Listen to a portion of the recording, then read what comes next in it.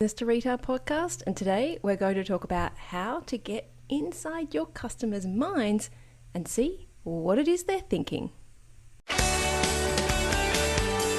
Welcome to the Bringing Business to Retail podcast on SelenaKnight.com. Stay ahead of the competition by opening your doors to business experts so you can learn, grow, and be inspired. Passionate about bringing business strategies to independent retailers, please welcome your host, Selena Knight. Hey there, and welcome to today's episode of the Bringing Business to Retail podcast. If you're new here, let me introduce myself. My name is Selena Knight. I'm a retail strategist, and I am here today to help you scale your retail or e-commerce business. Now, I mentioned last week on the podcast that we have done a bit of a digital declutter. I mean, I know that you guys have probably got a storeroom full of stock, some of which has probably been sitting there collecting dust for quite some time. Am I right? You're just not sure what you need to do about it. Tell me, how many of you still have things like Christmas products on your storeroom shelves?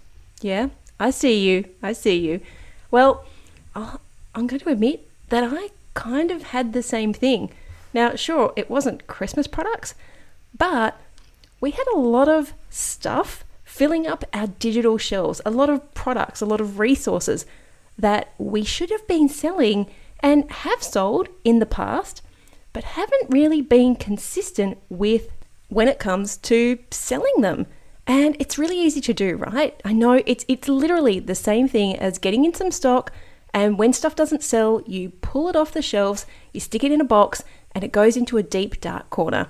Well, I'm going to put my hand up and admit that I was doing the same thing. And the funny part was, it wasn't until I took my own quiz. Have you done it yet? The Retail Success Quiz, which shows you where you need to focus on in your business in order to grow. If you haven't, SelenaKnight.com/quiz. I'll pop a link in the show notes as well. But I did my own quiz, and scarily it came up with sales was the area that I needed to focus on. And I say scarily, but actually in my heart of hearts, I knew that I was not doing a fantastic job, or let's just say I wasn't optimizing sales inside of this business. And this is the thing with retail, right? We are here to sell stuff. So we made a decision late last year, the whole team did, to put together a shop. Yep, I know. I'd said that I wasn't going to get back into retail, but there it is. We have put together an e-commerce store that we are slowly loading all of these assets into. So we have workbooks, we have mini courses, we have templates, we have worksheets, we have calculators, we have copy and paste scripts. Honestly, we have this huge spreadsheet. As we've been doing that digital declutter, like literally going through the dusty old shelves, in our case, dusty old Dropbox, and finding all of these things that we should have been selling, that's it. They're going onto the website. So we are taking our time to audit the products as we put them up. So at the moment, I think we have about 20 products up there, but there's probably about another 50 that will go up over the next couple of weeks, just as we make sure that if we're going to put them back up, we want to make sure that examples are current or links of things are current. So if you are looking at maybe getting a little bit of help, some resources, checklists, all those kinds of things, head over to, and wait for it because this is a different website. You'll find it all over at theretaileracademy.net/shop. And I'll pop a link to the show note in the show notes to that as well. You can also take the quiz at the Retail Academy. And the reason it has a different website is because the Retail Academy is the training portal where we put all of our resources. So all of our courses, all of our workbooks, our Retail Collective membership, it all sits inside that one website. So it just made sense for the shop to be on the same website.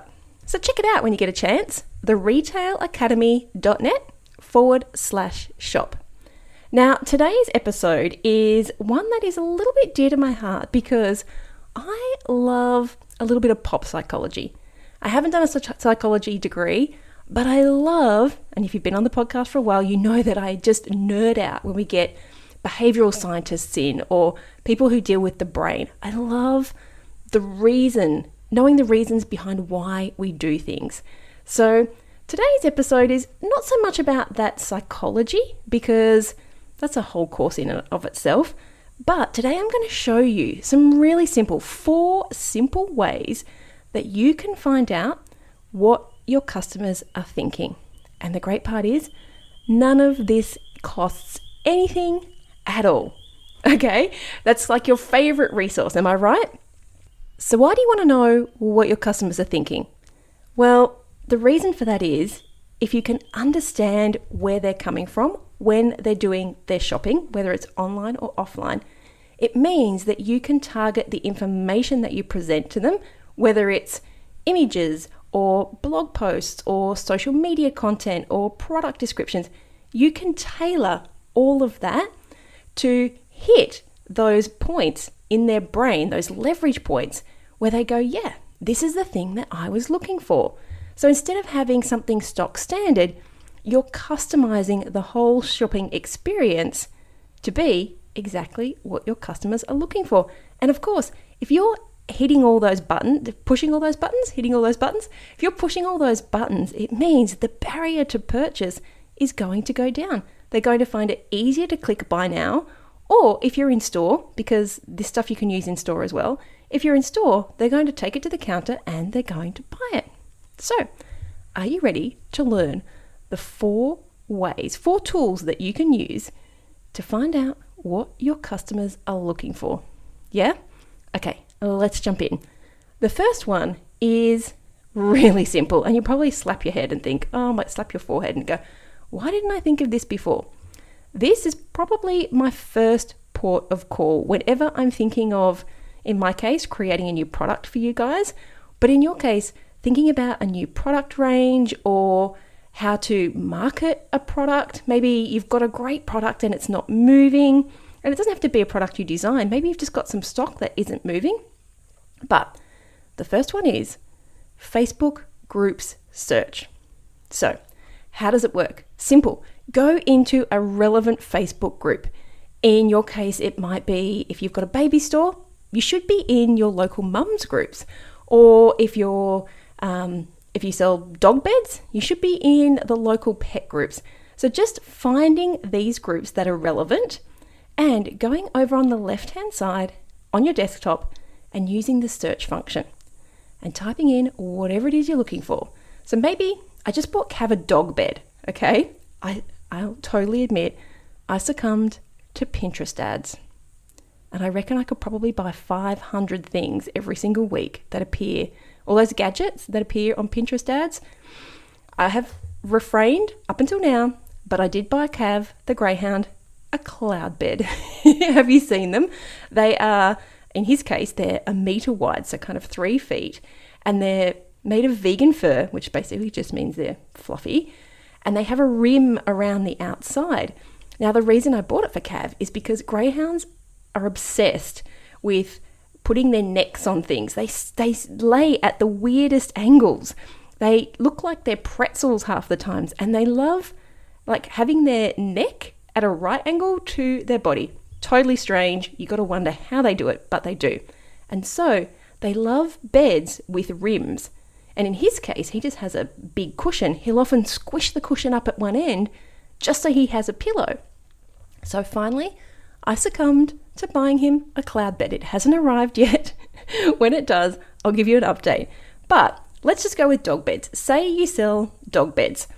They're just one product, and you've got a pet store and they're just not moving. And you're thinking, what do I need to do to get these things moving? So go into tip number 1, a Facebook group. And just on the left-hand side, type in dog bed and see what comes up. What are people searching for? What are they saying? What are they commenting about dog beds? It's really, really simple, but it's the exact words that people are using. So for you guys, it is like market research for free. So here's what I like about it. 1, totally free. 2, totally easy. Like really, you don't need any special software. You just need your phone. You can actually do this on your mobile phone as well. if you go into the group, and then at the top, you'll see a little search bar. And if you start typing into that search bar, it will actually come up with the group name first. So if you're sitting at the park or you're on the bus and you want to do a bit of research on your customers, this Facebook group search is like super easy. You can just do a generalized Facebook search, but I do find these targeted groups, they are worth their weight in gold when it comes to finding what your customers are thinking. It's highly targeted. Like, there's nothing worse than going into, we have a local community group and saying, hey, what's your favorite dog bed? Because there are people who don't even have dogs that will comment. It's like going into a business group and saying, hey, I can't sell my dog beds, what should I do? And getting all these random comments instead of finding out exactly what people who are buying the dog beds want to know. So they're super targeted. They're going to give you great SEO terminology, so what we call long tail keywords, because you're going to take the phrases that they use and you're going to pop them in your product descriptions or in your blog post or in your Facebook social media posts, because this is what people are looking for. And even better, probably the top number one thing that I like about using Facebook group searches, you get to interact with potential customers for free. And I don't mean spam them with links to your dog beds. I mean saying, hey, if you're looking for a dog bed for a greyhound, greyhounds love having something to prop their heads on. We recommend a bed that would have a pillow around the outside. And then you can start to interact with your customers. And at some point, if you're doing a really good job, they'll probably ask you, hey, do you sell that kind of bed? At which point you go, yeah, I do. So, number one way to find out what your customers are thinking or searching for, do yourself a favor and do some targeted Facebook group searching. Number two is Google Trends. Have you used Google Trends yet? It's one of those things where you kind of avoid it, and then when you get into it, you're like, why have I not been using this thing earlier? So Google Trends shows you when specific search terms are trending. I know, as the name suggests. But why is this important? This is important because you can use it to do things like inventory forecasting. So in America, you guys call that merchandising. Here in Australia, merchandising is like visual merchandising. I'm just going to call it inventory forecasting. So if you're trying to choose what kind of raincoats you should get in for the rainy season, you could Google raincoats and see what trends and when it trends. So maybe there'd be a specific brand or a specific color, and Google Trends will show you over the months which months it peaks at and which months those search terms drop off at. So how do you put this into place? Well, you need to start promoting your products before that uber big search hit, that search surge appears. So you have to have the products and you have to have your marketing strategy in place just before people start looking for it, because you want to be the person that they're thinking about when they start looking for their raincoats. And the great thing about this as well is that you can use it to focus on your most popular or your most profitable items. So as I said, it's easy to fall down the rabbit hole of Google Trends. So when you go into it with a specific goal. And it might be to find out, grab your top 5 products and see when they trend. And maybe it's a brand name that you use, or it is a style of something. Maybe you sell leopard print pants and you want something as specific as that. Knowing what you're looking for first, rather than just typing in fashion or pants, you have to be a little bit more specific. So know going into Google Trends whether it is the brand or a specific feature of a product that you're looking for, so that you can use your time wisely. The other option is to choose the things that you make the most money on, so those most profitable items, and then do some researching as well. So you want to know when you should be marketing these things and when you should be getting your inventory in.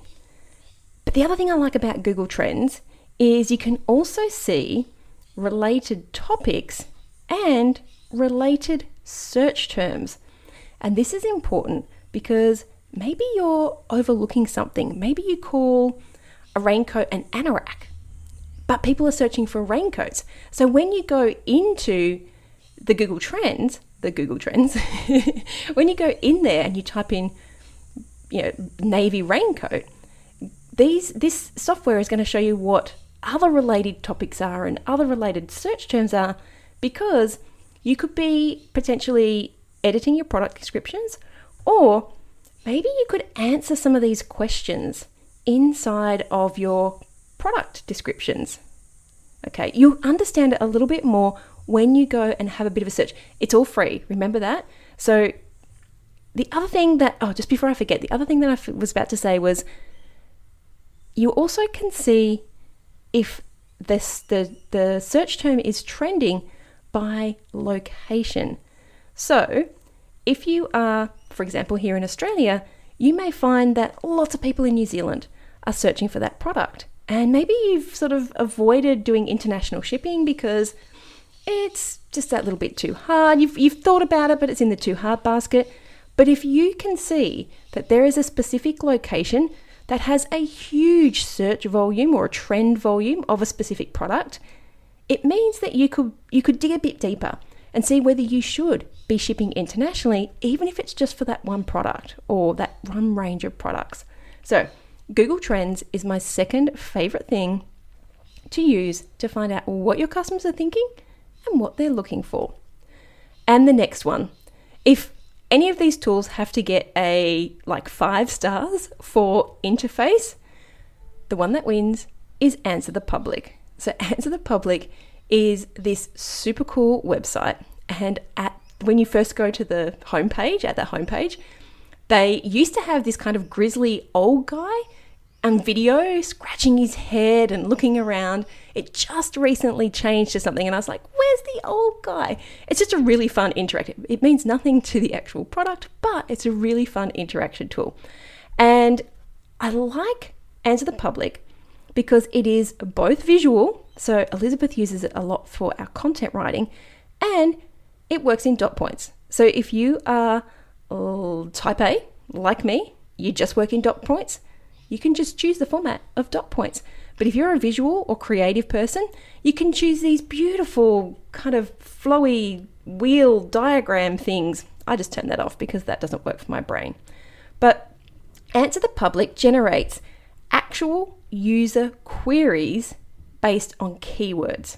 Okay, so this is the exact search term that people are typing in relative to your keyword that you put in. And when I say keyword, that could be a product, like a specific brand name, or it could be leopard print pants, like we just said.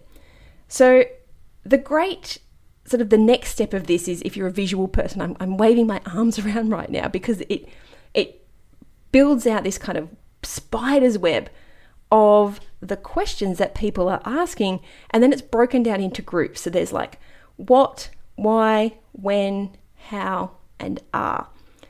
And so by doing this, we find out the exact questions that our target audience are searching for.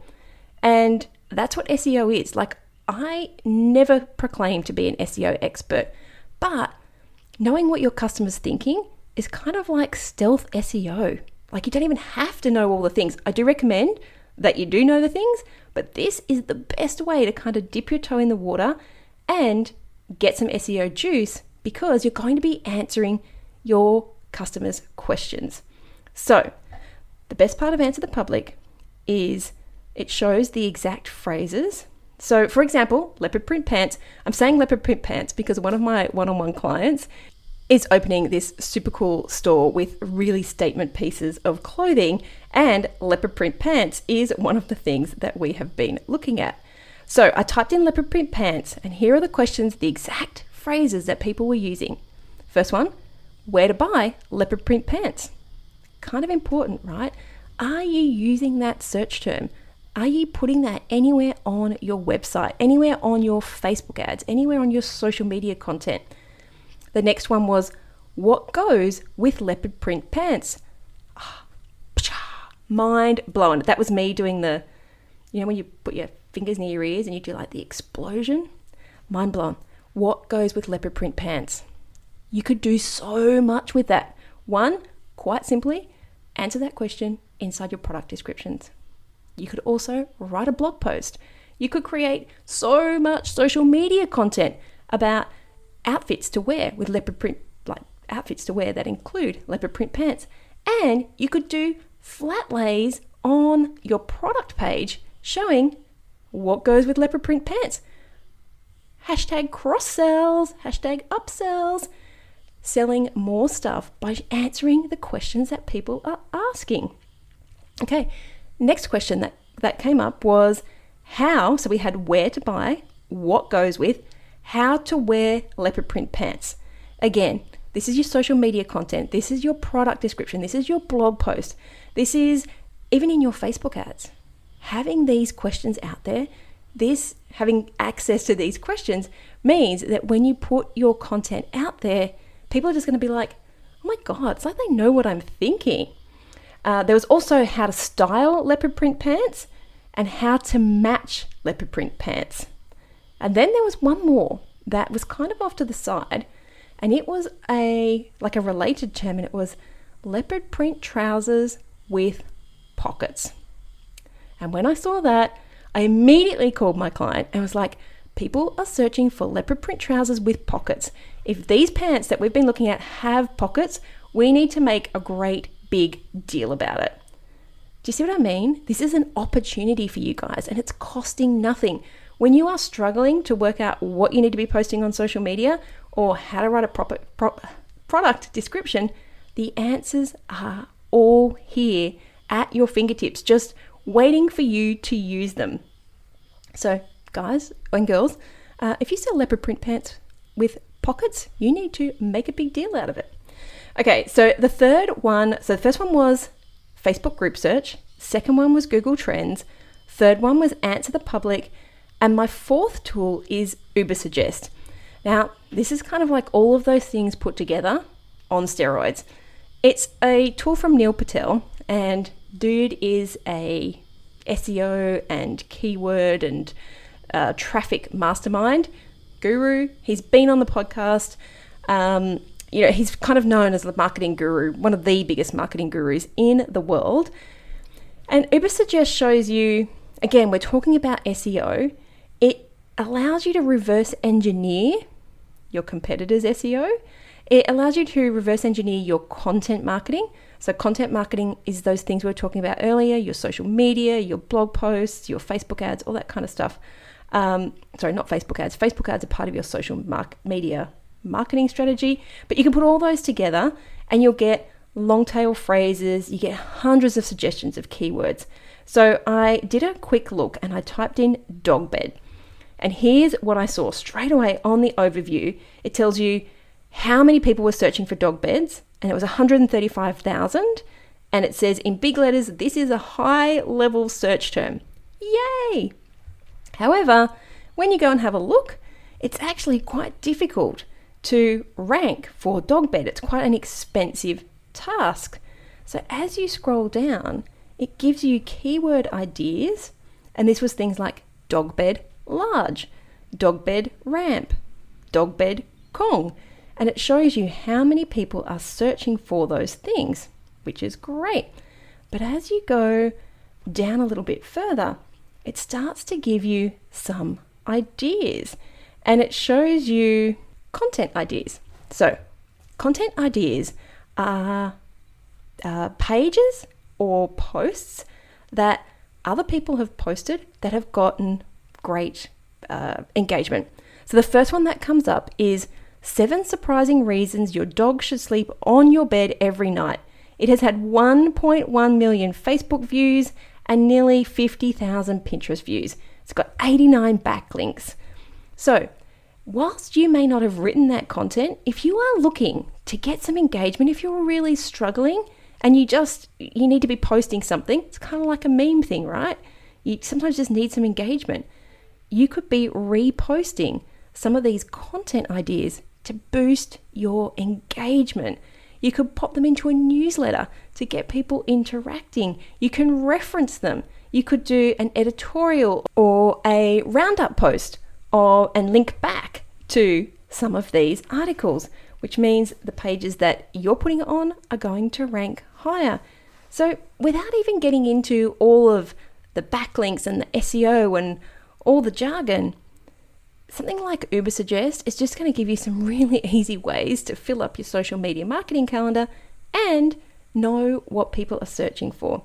And to be honest, depending on which part of the equation I'm looking at. So if I'm looking at inventory forecasting, I generally head to Google Trends.